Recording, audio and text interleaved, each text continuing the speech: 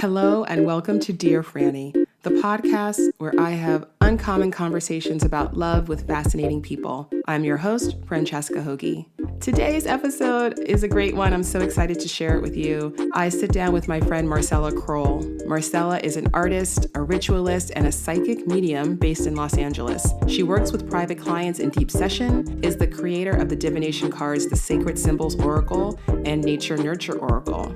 She teaches metaphysical classes to adults and teens across the country and performs public ritual regularly in an effort to make a positive impact on the world around her. She has such a big heart and she has so much wisdom to share about love and intuition and overcoming obstacles. So please, without further ado, enjoy my conversation with Marcella Kroll. Marcella, thank you so much for coming over and being on the podcast. Thank you for having me. I'm really happy to be here. It's always so great to see you. You were definitely one of the first people when I knew I was going to do the show. I was like, I got to talk to Marcella. And I've already actually shouted you out in a couple episodes. Oh my gosh, thank you. I always talk about you and your oracle cards, like the original deck. Mm-hmm. I mean, now I think I have like 3 different decks of yours, but the original deck that you gave me it was like a life-changing experience getting those cards for the first time. Oh, wow. Because it never ever occurred to me that I could have any kind of like psychic or intuitive connection. And so those cards just really like speak to my heart. Oh. And I love them so much. I'm so happy. I'm so happy to hear that. I just can't say enough good things about you. Oh my gosh. Well, same. I mean, you are literally like an angel dropped into my life. Like, seriously. Just sometimes you get connected with people by, I called it a series of unfortunate events, but like, I mean, you literally came into my life, like we didn't know each other, and, without getting too specific, I mean, just, I had a really like tragic loss and we got connected via a friend through the internet and the magical world of the internet and how crazy it is. It can be magical sometimes. It really can. Yeah. And like, you came in and like just with no questions asked and like offered a hand in service and that to me was just like, wow, holy moly, and life-changing and keeping in touch, and like the cards were like the least I could do to thank you. I mean, like honestly, like it was just so to hear it, I'm so happy that they made that impact, and that's why I wanted to make them. I mean, or the reason why I do what I do is I want people to really feel like they can touch into this part of themselves, and you don't have to be an expert to want to figure out how to be better. Or to try. Mm-hmm. So yeah. Oh, well, thank you. I mean, I feel you're an angel. It's mutual. It's just mutual. I'm just so happy that you're in my life, and every time I get to run into you in the neighborhood, it's like, yay. I don't feel the same way. It just makes my day. Yay. Cool. So you have a book coming out soon. I do. Which I'm very excited about. I've already pre-ordered my copy of Priestess. Gosh. And of course, we will link to that in the show notes so people can check it out. Thank you. But talk to me about Priestess. Yeah. So Priestess is, I call it a biography without being a memoir. And what it is it's an illustrated magic grimoire book that is coming out with by Not a Cult Media is my publisher on this, and it was a concept. It was something that I had an idea in my brain for the last few years, but I didn't know how it would look. I kept getting in readings that I would get from other people, or in my dreams I would get, you're gonna do a book. I had a couple of different publishers, bigger publishers, approach me. None of them wanted this book. They were very what did they want? What was they wanted more like a workbook, like instructional, or something that touched on like how to be a witch. And for me, I am not that kind of teacher. I mean, I like to teach classes on magic and things like that, but I didn't want it to feel academic, and it felt very weird for me to write a book like that because it didn't feel like my voice. It felt like a lecture hall or something. But that's happened with the cards too. None of these big publishers wanted them, yet people are getting touched by them, or they're reaching people. So this book, when I met Not a Cult, they were like, yeah, let's do it. Like, no questions asked. No questions, no hesitation. And so with Priestess, you know, you're getting a piece of magic, a piece of art. You know, it's 166 pages of hand-drawn everything. So it's not just like, it's hand-drawn, handwritten by me. And everything in the book is things that I've used or dealt with. And that's why I say it's a biography without being a memoir, because everything that's in there is something that I've experienced, tried, or personal. created. It's so personal. So if you were to kind of look under the surface of the pages, you would know what kind of person wrote this book, you know, like based on what's in there and what's available. And I just hope that it can also provide some support, especially for those who feel out of place or different, or like they don't belong, or they're not sure where they're supposed to be. That's a huge part of my story, is like never really belonging anywhere or feeling that way, you know, and the whole journey on how to love yourself in spite of that. Yeah. You know, which is it's a challenge, you know, but it's not impossible. And, you know, I hope this book can offer some comfort for other people who feel kind of like outsidery, you know, even outsidery in the outsider land. Like, it's a weird... Is that how you felt? Outsider among outsiders? Yeah,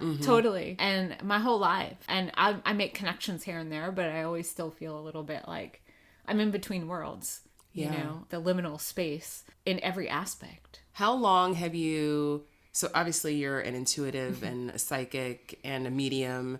How old were you when you realized that you had these gifts? I don't know if I ever realized it consciously until, I don't know, 5 years ago. But I mean, I always knew I... Really? That recently? Well, no, I knew I would see things. I knew I was sensitive. I didn't click it together that it was like not normal. Do you thought that everybody was like that? Oh, I thought, to be frank, I thought I was just insane. Oh, I mean, okay. like when I was little, I would see things and I would say weird things, and nobody told me what was going on. Nobody said, hey, you're intuitive or you're a medium, you know. I would like go up to my mother and be like, Grandpa Eddie is in the basement, and she'd be like, get out of here, go away, you know. And I, looking back now, I would write reports and things in elementary school, and they were really weird. Like, I would interview people that were dead for my reports, you know, but I would really be talking to them. I'm quoting with my fingers here. Like, I would really be talking to, I had like a friend, a mystery friend, like a, you know, imaginary friend, but he wasn't imaginary, and his name was Sid. And it wasn't until years later I was like, oh my God, I used drawing. I saw a photo of the old drawing recently, and it was like a craft paper collage that I put together, and I made of this character named Sid. I'm like, is this Sid Vicious? Oh, you know, wow. just like weird stuff. Like, Was I was it? like, I think it was. Oh I was God. like, how old were you? I was 6. Oh, wow. I was a weird kid, you know. Yeah. Or I remember I did an interview with George Washington What? when I was in like 2nd grade. Oh my God, yeah. Wow. I mean, why? How did I come up with this stuff? So, you know, they'd be like, oh, she's really creative. She's got a really vivid imagination, you know. But I mean, I knew I would feel and see things, but I was in denial for a really long time. Yeah, Real that must have been hard. Yeah, I would say like 10 years ago is when I got kind of like smacked. Actually, longer than that now. It was 11 years ago. I got smacked in the face with kind of... I was still denying it though. I'm like, that's why I said only 5 years ago have I been accepting it. Maybe that's what it is. Just accepting it. Right. And embracing it beyond accepting, right? Yeah, 'Cause embrace. You really stepped into your role and this power, and you have this platform where your voice is reaching so many people and it's touching so many people. I hope so. Sometimes it's like, I have imposter syndrome all the time of like, what am I doing? Yeah. Why am I doing this? Why do other people want to do this? All successful people have imposter syndrome. Okay. And I think that that's something that people who are maybe fearful of going after things that they want, because they're like, who am I to do that? Like, I mean, you know, I'm going to, but it's like, no. The people who are doing it, they still have that same, those same thoughts. They just are able to just not let those thoughts control them, you know? Yeah, that's hard. That is hard. That is Stepping hard. out of your own way. Yeah, total. Oh my God, that's the hardest. That is the challenge of life, getting out of your own way. Okay, so I want to back up for a moment. Sure. For people who are listening to this who are like, what are they talking about? What do you mean she's a witch and magic? Like, we're acting like magic is real? Magic isn't real? This is crazy. What are we talking about? So tell me, how do you define witch? I think witch is any being who is not afraid to utilize their own willpower, imagination to create the life that they want. Someone who's decided to live an authentic and inspired life at one with and in harmony with all beings around them, whether they are plants, animal, other human, extraterrestrial, whatever it may be. Yeah. Which is someone who is found their flow within all of it, and they're not separate.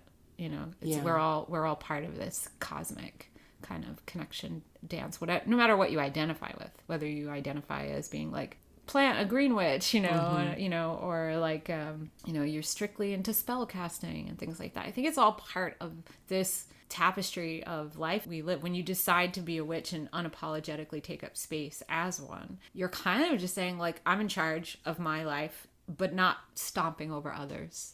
Right. You know? Right. Yeah. It's understanding the equality and the balance of all beings. Yes. And not trying to make yourself more than someone else. Right. You're not like a witch CEO. And I think there are people that want to be that or try to be that. And I think you're a business person. You're not a witch. You know? I'm not saying that you can't claim or identify as a witch and be in charge or be successful. That's not what I'm saying at all. But I just think the motivations and the definitions by my standard, you know, what makes me a witch is my connection to all things. And I don't identify as pagan. That's the one misconception. People always think okay, what's the difference and why?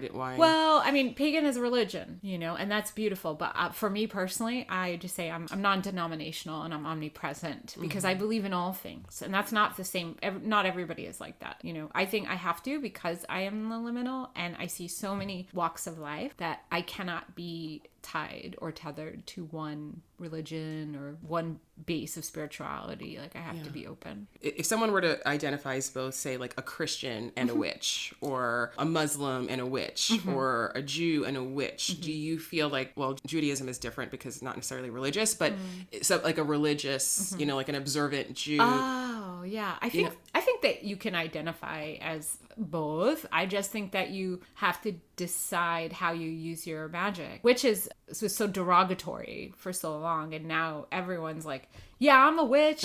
Like it's a claim of empowerment. I know, you know, it's like a it's reclaiming of your personal magic, which I think is powerful. You know, I think it's very powerful. But I also think that we have to remember like how demonized it was to be called a witch, a strega, a bruja, you know, any of these other names that kind of had a connotation of negativity to them. Yeah. You know.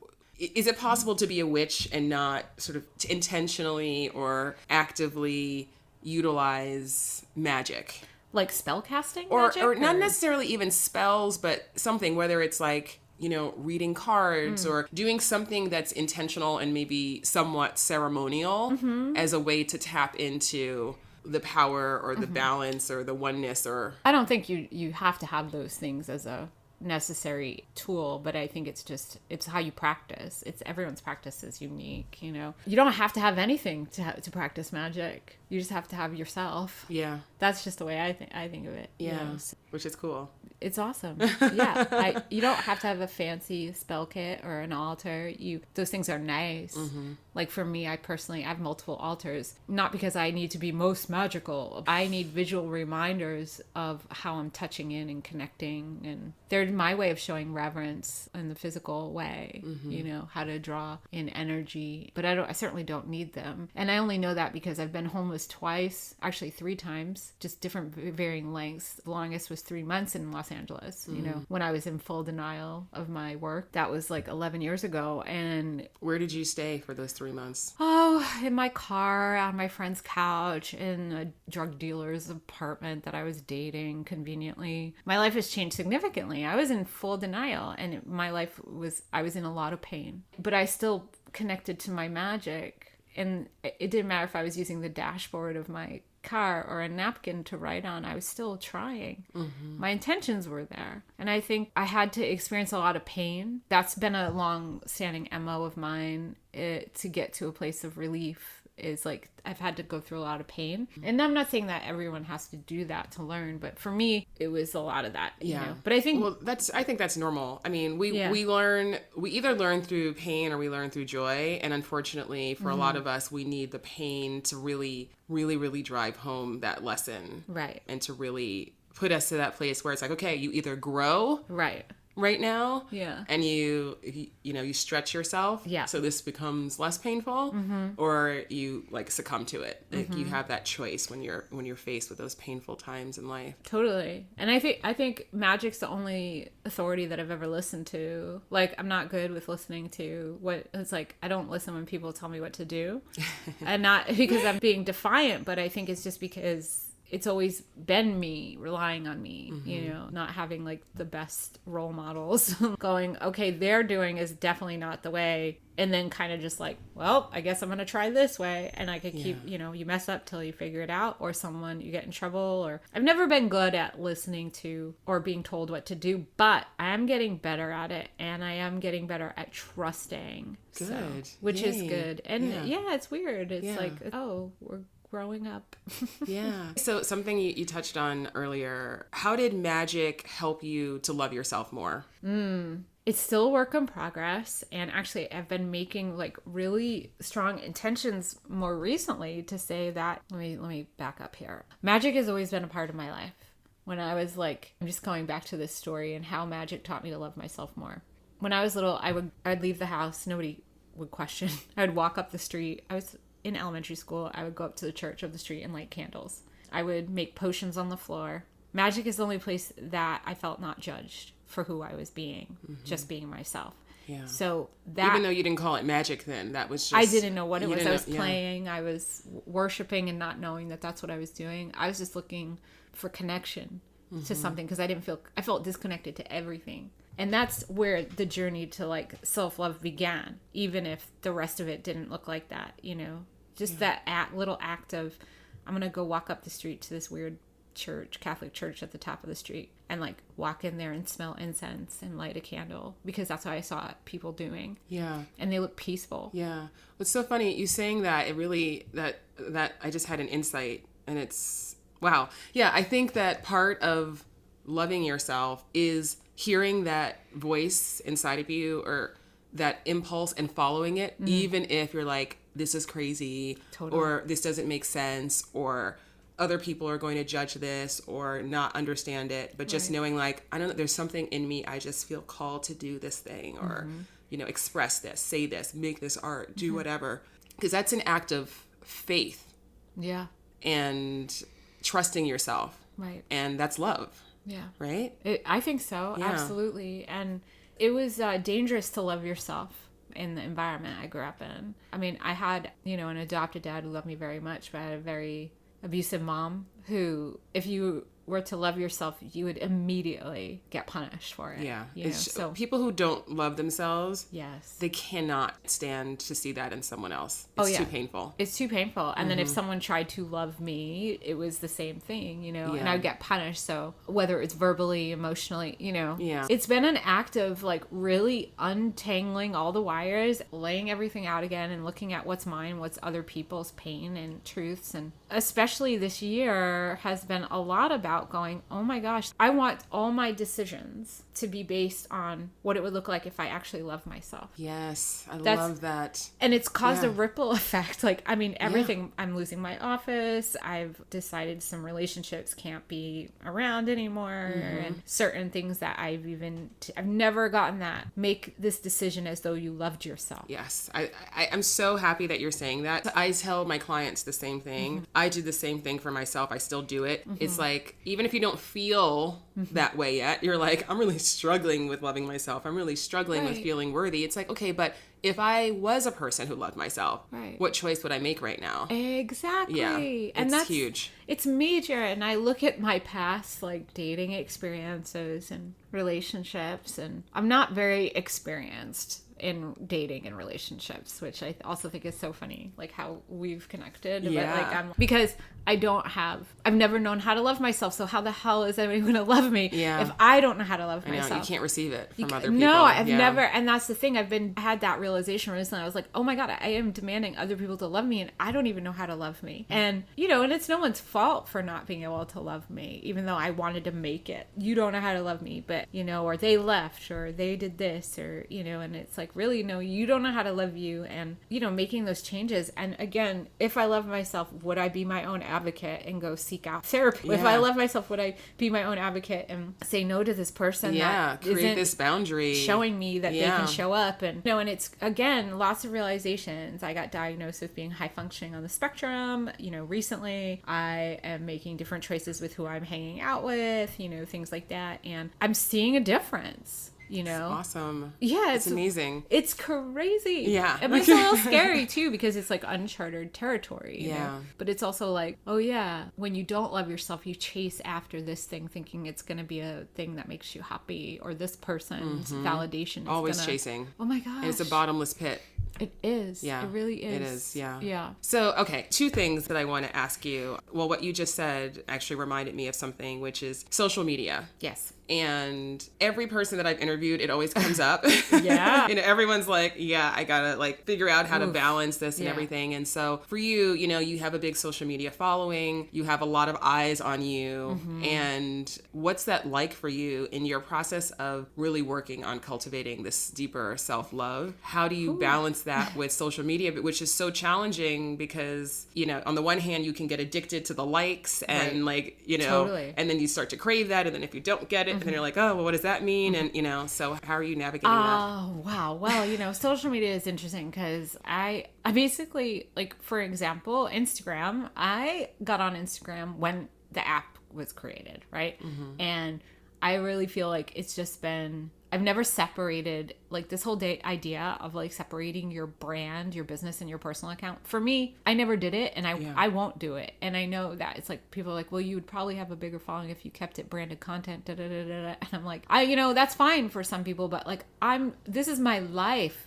Like, this isn't just work for me. This is my life. So some people are gonna be into it and some people are gonna not, and I get flack on both ends. You know, you post too much work stuff, you post too much personal stuff, and that can be a mine. People and their opinions, man. Yeah. Good Lord. You know what? You don't like it, don't follow. Up. You know? But, you know, and I've gone through ebbs and flows with it. You know, there are times where I don't care and I'm like, it doesn't affect me, but then there are other times, like the other night, I'm down the rabbit hole. I'm naturally an introvert. Unless I know you, then I'm extroverted. Yeah. I love the social media platform lets me really kind of come out of my shell, but at the same time it can be a little intrusive because people want to dump their stuff or project their opinions on you or tell you what you should be doing and not doing. That can be a real challenge because I want to be liked. You know, it's like the downfall of a lot of people. I want to be liked, you know, I want your approval, but at the same time, you know, I just want to be myself and I don't want to have to feel like I can't be myself, and that messes me up. I've struggled for years with body stuff, dysmorphia, and I had an eating disorder for years and years, and it's like, so sometimes that can be the toxicity side and the compare and despair and going, oh my God. Yes, compare and despair.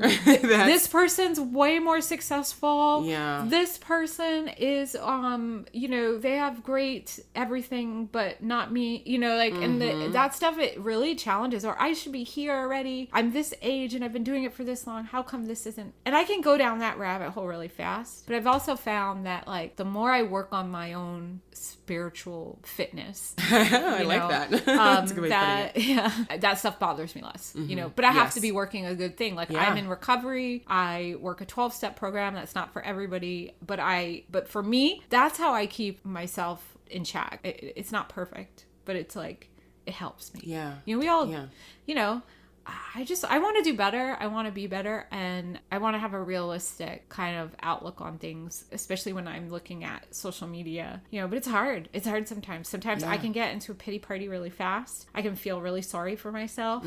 You would have to be superhuman to never have any of that, any of those negative emotions come up on social media. Oh my God. Yeah. I just, I mean, I have like rules for myself for social media because I'm trying to, like, just like you, it's all about my spiritual fitness and my mental fitness. I am the CEO of my emotional state. Nobody else is going to take care of it but me.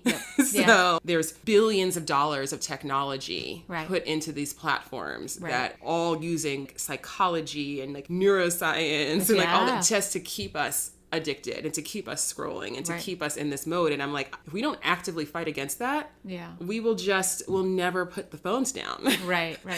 Totally. And in our lives will just be nothing but this distraction and this noise of comparison. While and other stuff is going on. You're like, wait, what? What happened? Yeah, exactly. So, okay. So, and then the other question that I had, obviously you work with clients one-on-one, and how often are people coming to you with questions about love and their love lives? Oh my God, all the time. That's like, is that the number one thing, would you say? I would say money and love are the top things that people come to me wanting answers, are ways to navigate through it. The difference is that I tell people, we're not just going to go look at, well, do they like me? Yeah. Or am I going to make enough money? Yeah. I like to go deeper and go, what are you looking for when you want this person to like you? Do you have any blocks to them liking you? Not because it's them specifically, but do you have blocks to love? Do you have blocks to finances? Do you have, are you carrying something, some like ancestral belief system? Are you carrying some ancient wounds or current wounds? This is why I call you my psychic life coach. Yeah. Because it's like, we're not just deeper than just like the cards say, you guys are going to get married. Totally. It's like, let's actually look at what's under this question, So yeah, love is probably the top. Money is the second. Sometimes it's a lot of purpose. What's my purpose? That's what it always comes down to. It's not even like the base question will be love or money. And then sometimes someone will throw in health, which I don't do. I'm like, I can look at your spiritual health, but I'm not looking at your physical health. I'm not a doctor. But then it all boils down to purpose. What is my purpose? Is it my purpose to have a partner? Is it my purpose to create this thing that can support me back? Is it my purpose to help others? Whatever it might be. People just really want purpose. But love is usually the initial thing. And a lot of times too, people will come to me with like love questions out of crisis. They're everything comes down to love. Am I lovable? Yeah. Am I worth it? Yep. Why did this person leave me? Why haven't I found someone? Yep. Am I ever going to find someone? Am I ever? Or I'm in this thing with this person and I don't know if they're the one, or this person is like everything. If I lose them, I'm going to die. It's like a lot around love. Yeah. So. That must be a lot of energy for you, too. It really is, because empathically I feel everything too, so I have to have certain boundaries too. I'm like, don't DM me your problems.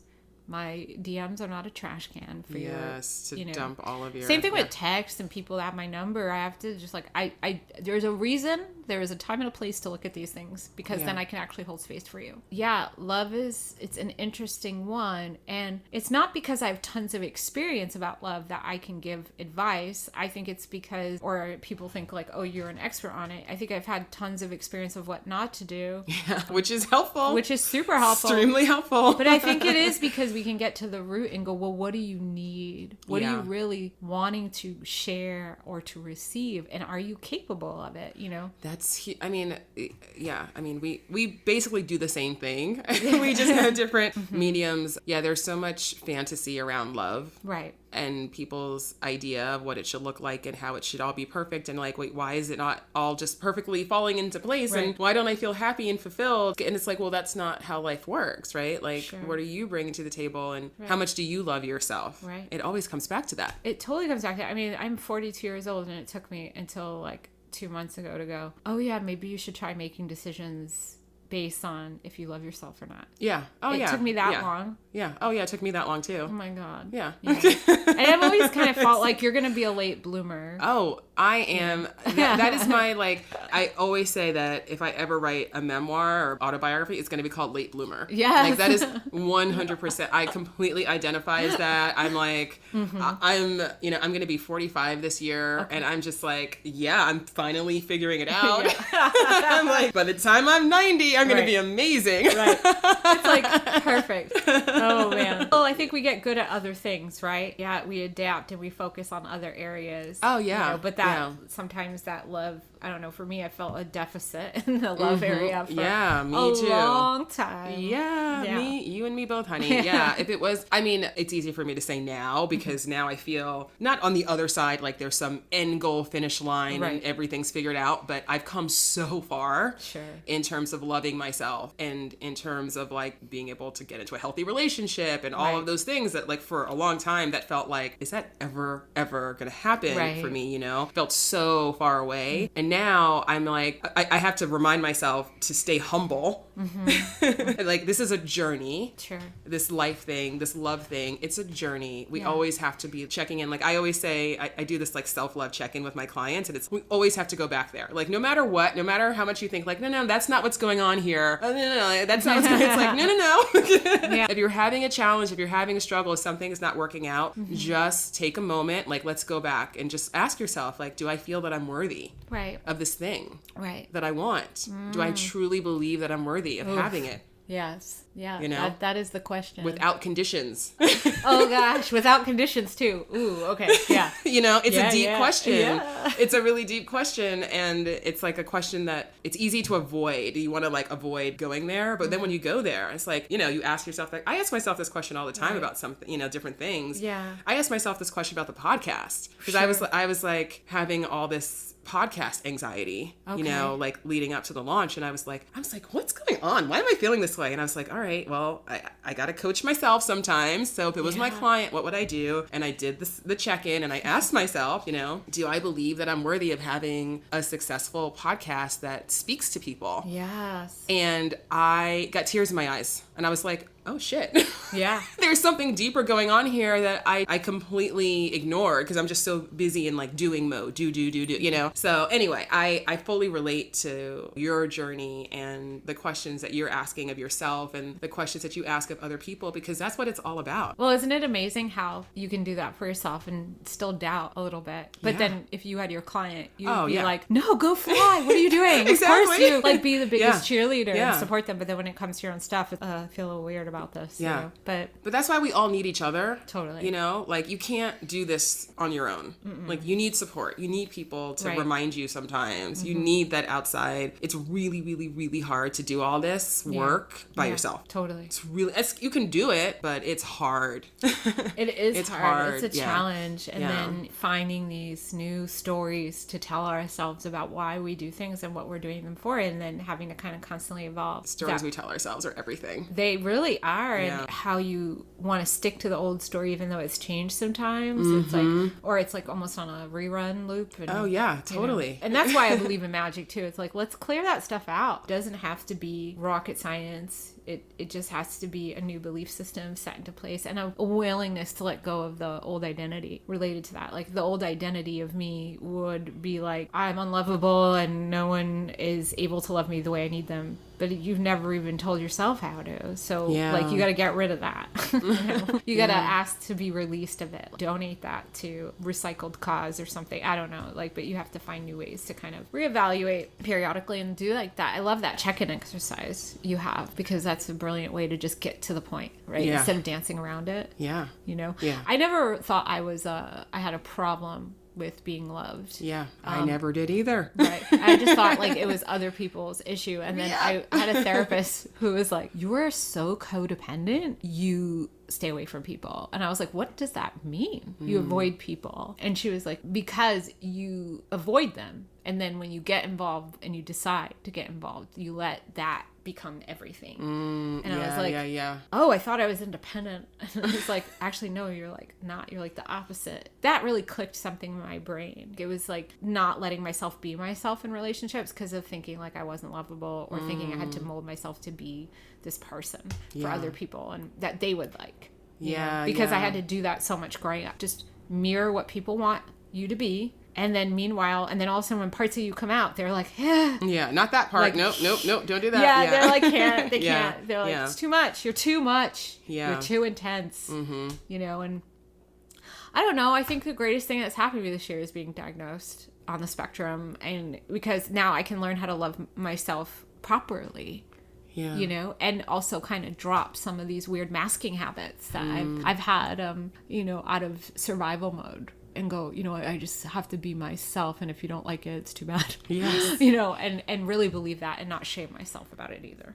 Yes. Really, truly believing it. That's the key. And That's the key. mean, it's hard because like I really want to believe that there is that. And I tell my clients this too. And I really want to believe it for myself. So it's like the right person will love me for exactly who I am. And it's absolutely true. And I have to really believe it. Yeah. You know? Yeah.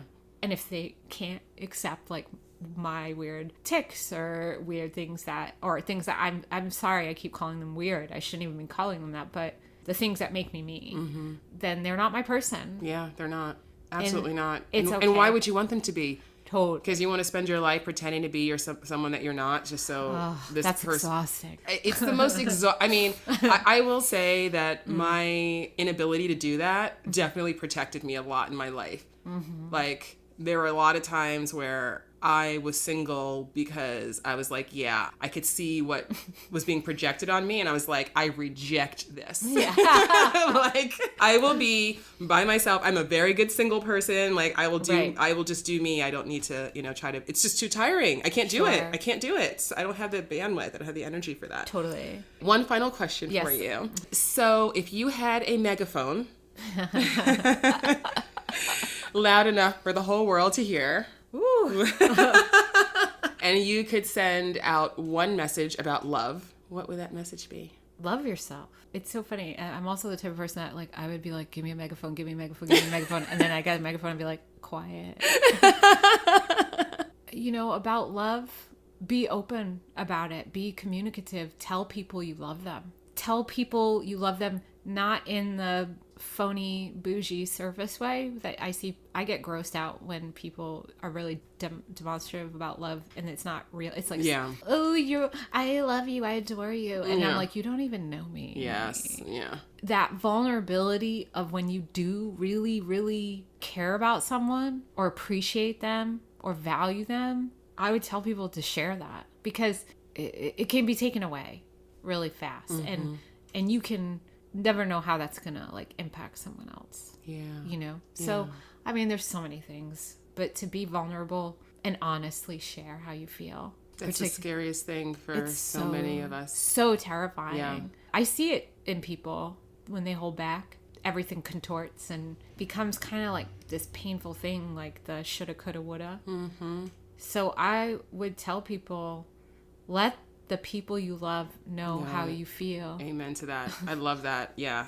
I make a concerted effort to do that in my life more and more. Like, the older I get, I'm just like, I'm not holding back. I just can't. Yeah. It's not worth it. And then it's so relieving to people anyway. Who doesn't want to hear, I see you and I love you? I see you. Yeah, that's beautiful. Like, it might be hard, I think, for some people to receive it. Yes. Well, that's the problem. So I think that's the other thing, is don't take other people having a hard time receiving it as a rejection. Yes. Because absolutely. I have a hard time receiving love a lot. I'm working on not shoving it back at other people, but it's still hard sometimes just to say thanks or let it sink in and not feel a flood of emotion, or like, well, do they really like, they're saying that, do they mean it? Or maybe they mean it now, but they're not going to continue to mean it once they get to know me better or whatever. So I think when you sharing that, and if someone can't necessarily receive or even do it without expectation, you know, and just know that you got the message out, and that it's not a rejection if the person isn't able to receive it or respond. Because it's not about that. It's not about that. It's never about you. It's always about what they're capable of. How do you leave them feeling? Right.